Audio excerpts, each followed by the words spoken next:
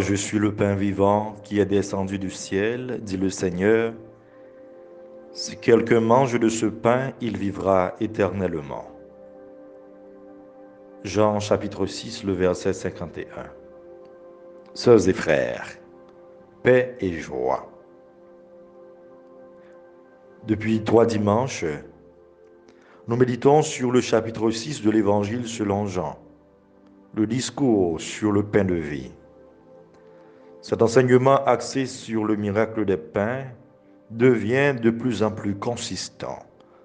Jésus nous donne un pain qui dépasse nos faims, surtout nos faims de pain.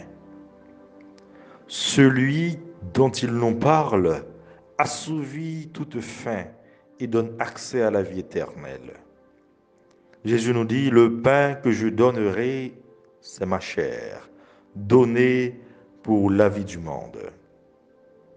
Nous sommes en train de vivre des moments difficiles dans le monde. Et l'incertitude nous rattrape si souvent quand nous pensons aux maux qui rongent nos vies. Plus que jamais, nous nous inquiétons car nos fins sont multiples. Nous avons faim d'amour, de paix, de joie, de bonheur et de sécurité, qu'il s'agisse de sécurité sanitaire, alimentaire, physique ou morale. Si nous comparons notre vie sur Terre à un pèlerinage, un périple, elle n'est pas sans difficulté, sans adversité. Ce fut d'ailleurs l'expérience d'Élie contée au chapitre 19 du premier livre des rois. Comme Élie, le Seigneur prend soin de nous. Il est celui qui se laisse trouver quand nous le cherchons. Je cherche le Seigneur. Il me répond. De toutes mes frayeurs, il me délivre. Nous avons besoin de cette présence dans notre vie. Surtout quand tout paraît si obscur et que nous voulons arrêter tout effort. Quand nous sommes désemparés, il est celui qui nous dit, comme Élie, lève-toi et mange, car il est long le chemin qui te reste. Il prend soin des petits et des démunis. Et le psalmiste nous dit, quand un pauvre crie, le Seigneur entend. Il le sauve de toutes ses angoisses. Élie se leva, mangea et but. Puis, fortifié par cette nourriture, il reprit la route vers l'Horeb. Frères et sœurs, Jésus s'identifie à ce pain qui fortifie. Moi, je suis le pain qui est descendu du ciel.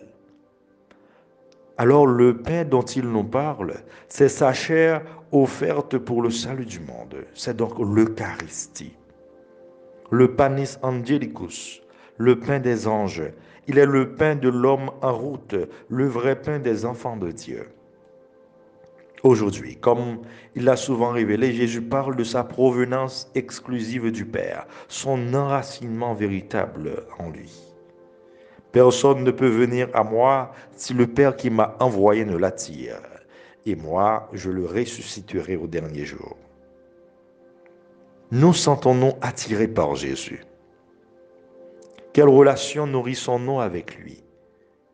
Pouvons-nous nous approcher de l'Eucharistie?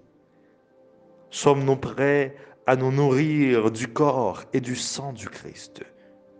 Avons-nous vraiment conscience de l'effet et des bienfaits de ce pain en nous?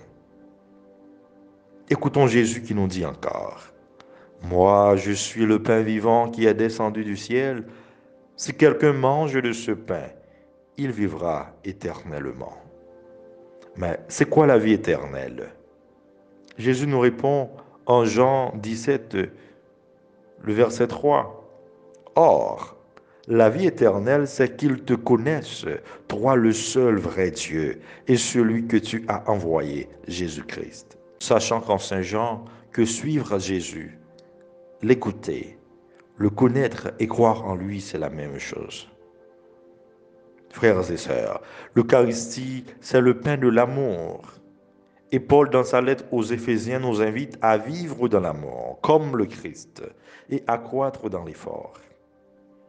Efforçons-nous de nous ouvrir à l'Esprit de Dieu, qui ne cesse de nous conduire en éliminant dans nos vies amertume, irritation, colère, éclat de voix, insulte et toute espèce de méchanceté. Soyons entre nous pleins de générosité et de tendresse. Pardonnons-nous les uns aux autres. C'est au nom de l'amour que le Christ est offert en sacrifice à Dieu. Et si nous nous comportons ainsi, nous serons à même de partager le pain qui nous donne la vie éternelle. Amen.